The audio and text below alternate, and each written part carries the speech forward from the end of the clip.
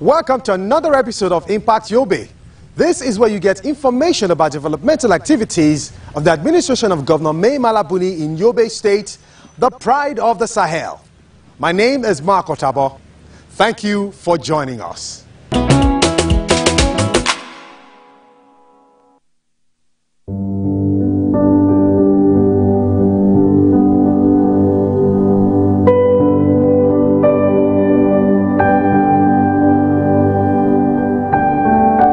For over a decade, the Northeast region suffered gruesome attacks from Boko Haram insurgency, with many killings and the destruction of private and public structures.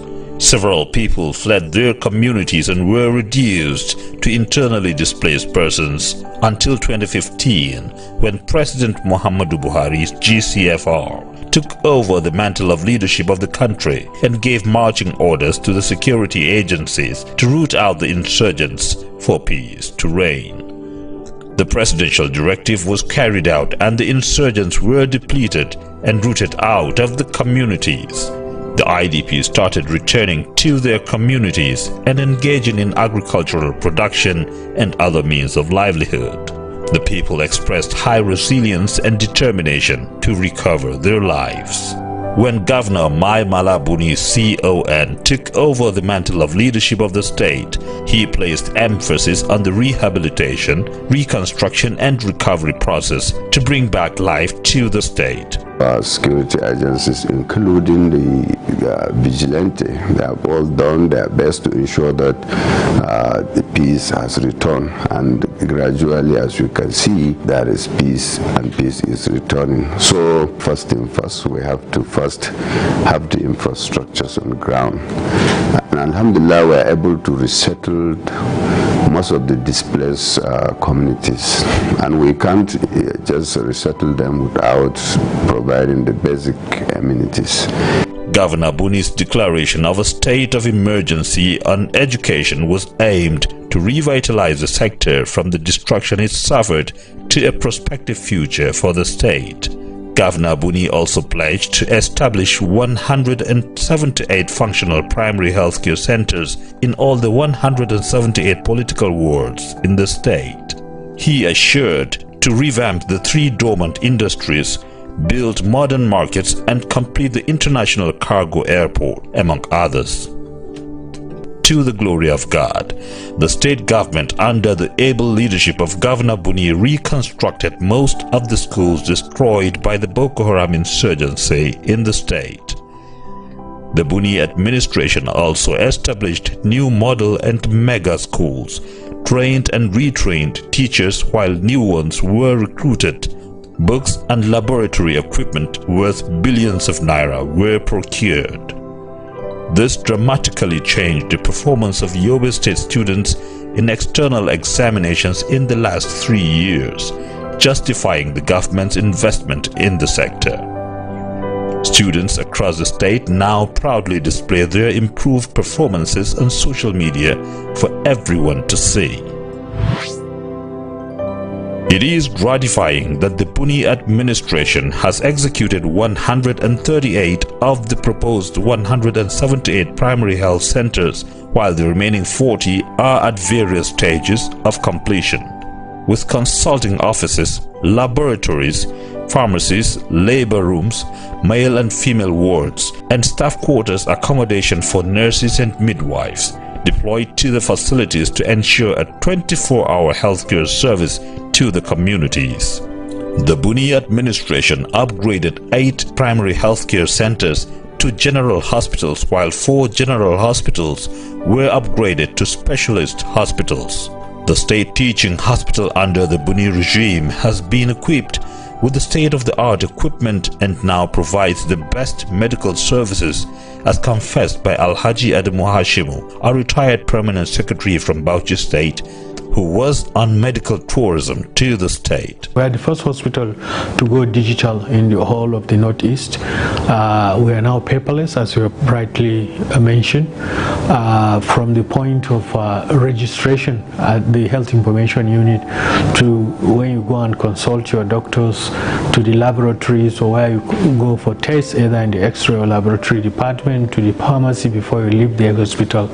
Everything has been digitalized, what we call electronic health record system. Where this is the first hospital that this thing is piloted, there are other facilities that the state government has also installed this thing. They are undergoing the process of commencing it, like the State Specialist Hospital Damaturu, Specialist Hospital Potiskum, as well as Gashua. The construction of Nigeria's largest maternity, newborn and pediatric health complex in Damaturu is a dream come true. The complex is the largest with the most patient-friendly environment.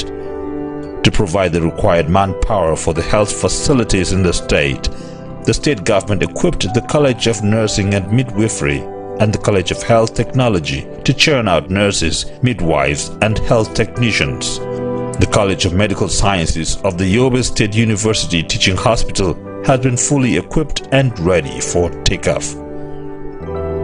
To ensure sustainability of the free drugs program, Yobe State Government introduced the contributory healthcare program for workers and now enlarged to capture the weak and vulnerable. And all these programs are taking care of financing for both the for the clients, and then of course it also gives some innovative financing for the health facilities. So already the system of funding the health facilities is already in place, and what is sustainability is all about enabling the facilities to be able to generate enough for them to be able to maintain themselves, provide the services.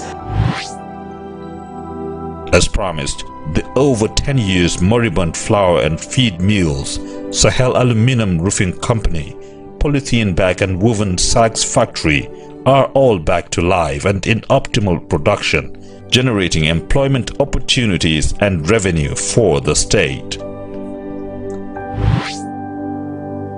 The magnificent and beautiful modern market edifices now adorn Nguru, Damaturu, Gashua, and Potiskum, creating a conducive environment to boost local and international trade. Already, traders from across the country are submitting applications for the allocation of stores and warehouses to conduct businesses in the new markets.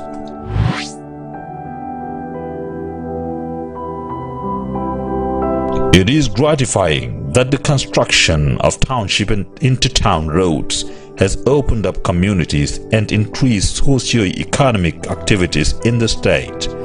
Similarly, security agencies have lauded the state government for constructing roads which facilitate easy movement of troops for reinforcement to areas facing security challenges.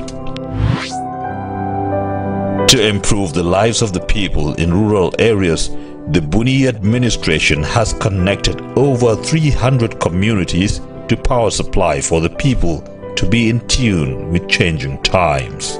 This has supported welders, barbers, cold stores and water vendors and several others to improve their businesses. The indefatigable governor is not resting on his oars as he continues to reach out to foreign investors through their embassies in Nigeria, showcasing the improved peace in Yobe State, the infrastructure, and rich agricultural potentials like sesame seeds for direct and indirect investment in the state. The Buni administration recorded the largest housing intervention in the history of the state. Over 2,000 housing units were constructed in Damaturu, the state capital, and across the 17 local government council headquarters and other towns across the state. The houses have been allocated to beneficiaries on an owner-occupier basis. Buni's housing scheme came even more unique when he announced a 50% subsidy for the beneficiaries. He said the scheme was aimed at providing service to the people and was not profit-oriented. These ultimately earned him the award of Nigeria's housing-friendly governor by Africa Housing Awards. It is heartwarming that the State Fiscal Transparency, Accountability and Sustainability (SFTAS), a World Bank program, has rated Yobe State government as the best performing state and the overall best in disbursement link indicators in the fiscal transparency and accountability. The SFTAS award was in recognition of Yobe government transparency and accountability in conducting government financial transactions. There is no doubt that Yobe state government has adhered religiously to due process in award of contracts and supply through the Bureau for Public Procurement to cut waste and get value for money. The SFTAS rating confirms with the best due process performing state award presented to Yobe State by the Association of Public Procurement Practitioners of Nigeria. There is no doubt Governor Buni is working and Yobe is moving. Alhamdulillah, to God be the glory.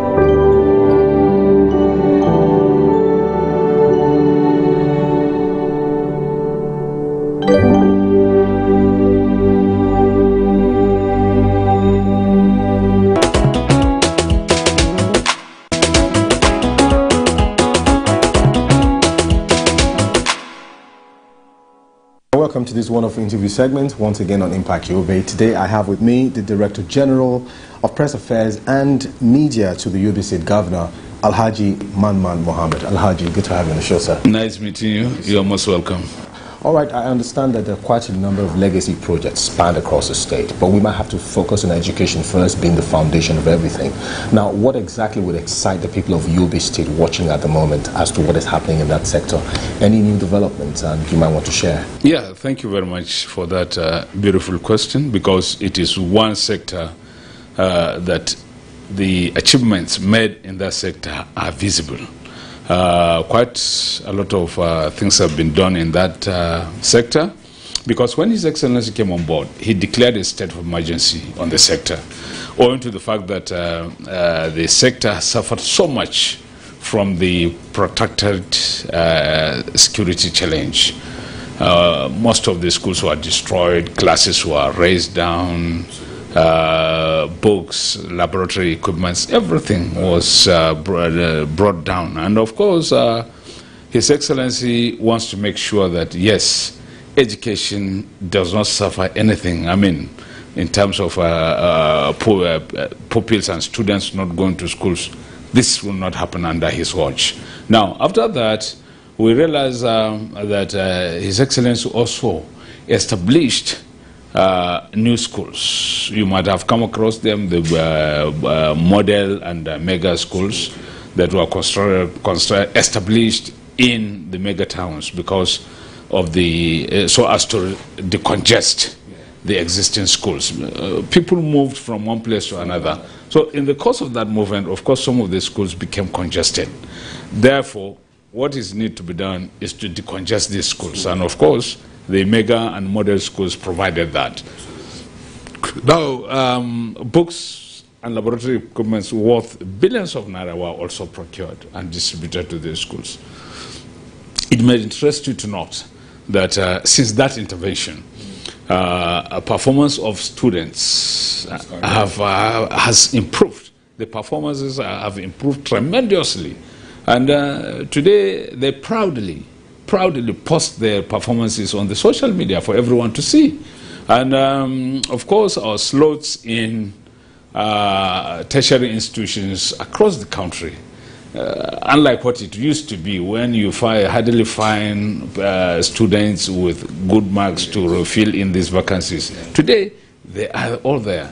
And similarly, His Excellency also introduced a foreign scholarship to these students, so that you do not perform wonderfully well and still remain at home. So he has taken, he introduced this scholarship, and of course, the state government is today sponsoring students in India and other countries across the world. Let me give you this good news. In the next 2 or so months, the first set of students that were sponsored to India will be graduating. And they are graduating in specialized courses, courses that are marketable, courses that will move the state forward. After that initial intervention, of course, more structures were being constructed. As we speak now, there are about 75 blocks of classrooms, ongoing construction of 75 blocks of classrooms. And over 200 laboratories and hostels are being constructed in schools across the state.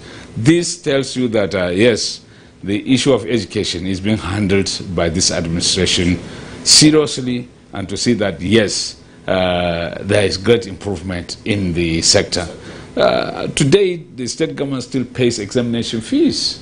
That's WAEC, NECO, NAPTIP, and all this. The state government is paying for these fees. And like I said, it's been a very worthy investment, because the students are performing well, and government is most willing to spend so much or invest in this sector to see that, yes, there is a future for the state. And this is what exactly His Excellency is doing. All right, thank you very much, Mr. Mohammed. Very quickly, in as much as you've highlighted all of that, the concerns of people now would be people in the rural areas, because there's always a perception that those in the cities are the ones enjoying some of these good deeds. But what plans are there for those in the rural areas at the moment regarding education as well?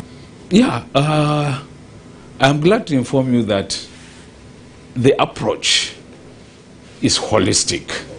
Holistic in the sense that it covers both the urban and the rural areas.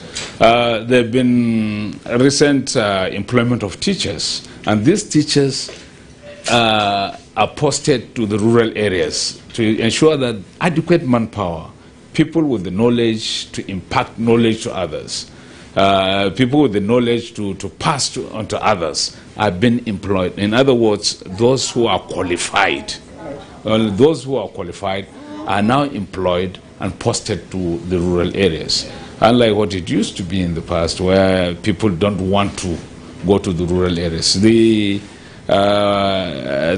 Inspectorate Division of the Ministry of Education today is doing very well, because they've been monitoring what is happening in the rural areas. And I'm glad to tell you that yes, substantially, there has been improvement in the rural areas. And of course, this posting of external examination results of performances of external examinations does not only limit itself to those in the urban areas. No, even those in the rural areas are today posting their performances, their results on the social media for everyone to see that, yes, they are also part of the transformation in the education sector. Thank you very much. Now, we might have to ride on to health now.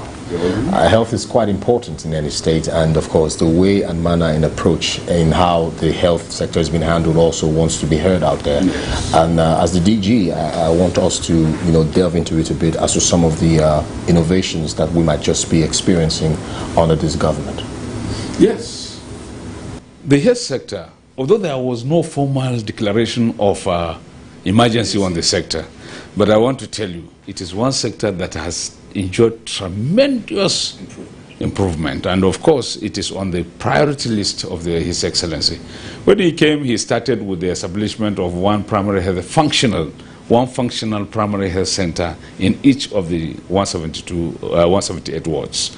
Over 140 have been fully established and are now working. All right, DG, the only concern I have right now with the health sector is the brain drain that comes with health workers leaving the country.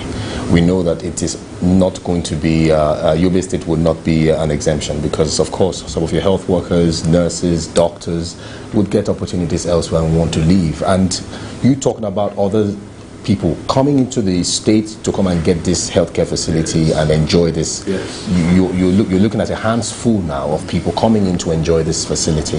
What happens in the case where, you know, your health workers decide to seek greener pastures elsewhere? Is the government holding sway with a structure that can make them stay back? The state government is training medical doctors elsewhere, I mean, both within and outside the country, so as to make them comfortable. It may interest you to know that the relationship between government and medical doctors anywhere, particularly the NMA, I mean local branch, Nigerian Medical Association, Yobe State has the best. We don't have any problem of the local NMA here going on strike for one reason or the other. Certainly not. Okay. If you hear them say perhaps a kind of solidarity with the national NMA, but there are no issues between the state government and the local branch of medical association. So rather than brain drain going out, we are now attracting them coming in. Yes. So with this plan in place right now, to the common man out there on the street, would they be able to afford power at their homes? So that's you see, this is one thing with, it's quite natural. We may not all have the capacity to afford one thing or the other. But of course, at the same time, if the institutions, like the health institution, if it can be powered, the common man will benefit from it. If there are boreholes that are solar powered, certainly it will provide water supply to the people. So if you look at it from this perspective, you understand that yes, there are instances where the common man will certainly benefit from this initiative. So you may not have enough to say, okay, you want all the air conditioners in your house to be on and all this and that. But certainly there are instances where the common man will benefit. As the DG of Press Affairs and Media to the governor, the challenge that you might be faced with right now is communication with all this to the common man on the street out there. Sometimes they might not even have up to speed, information of what is happening at the top. There's always this division when it comes to people understanding what government is really doing. What is your office doing to ensure that communication is passed down to the very last man on the chain to know that, look, development is happening, don't worry, things are going to get better? Because the common man out there, what they see is obviously not how others think. They have a different orientation. So what is your office doing to pass information and make it more credible to those at the lower chain? Yeah, thank you very much. Fortunately, we have a state-owned radio, and of course, the coverage is far more than the state television that we have too. And we have this culture of radio listeners. If you look at the North generally, and of course, this part of the country, there is this culture of listening to the radio and all this. So we've been taking good advantage of the local radio station here to pass the information to the downtrodden. And it may interest you now, the advent of this social media platform has also greatly improved the relationship or the understanding or the workings of passing information down the line. Just like you have the good one, of course, certainly, if there is anything before you know, it's all over the place and all this. And I want to sincerely commend the media influencers here in Yobe State for the good relationship that we've had all the while. They have been contributing immensely towards passing the information down. And I mean, you can see the patriotism and the zeal in them. When we have something to launch, for instance, now you are launching something here, you see them all over the place. Some of them even are solicited for. They come and they want to be part of it. So there is ownership of the whole thing. Yes, I'm part of it, and if you want to own it, it is about my state, it is about my future, and everywhere is going. I don't think what is obtained elsewhere about this kind of disaffection between government and the lower level is equal. You cannot say no, you cannot rule it out completely. Absolutely. But obviously the relationship is beautiful, and people get to appreciate what the government is doing. And if you go around, you hear them singing Buni Alherine all over the place, which means, yes, we appreciate the governor doing the good works and all this. Thank you very much, Alhaji Manan Mohammed. It's my pleasure talking to you. Okay, well, I've been speaking with the Director General of Press Affairs and Media to the Yobe State Governor, Alhaji Manan Mohammed. He, of course, highlighted some of the very, very wonderful innovations happening in the state in months to come. And that's a wrap on this week's episode on Impact Yobe. Don't forget to join us next week for a fresh edition of the program. My name is Marco Tabo. Thanks for watching. See you next time.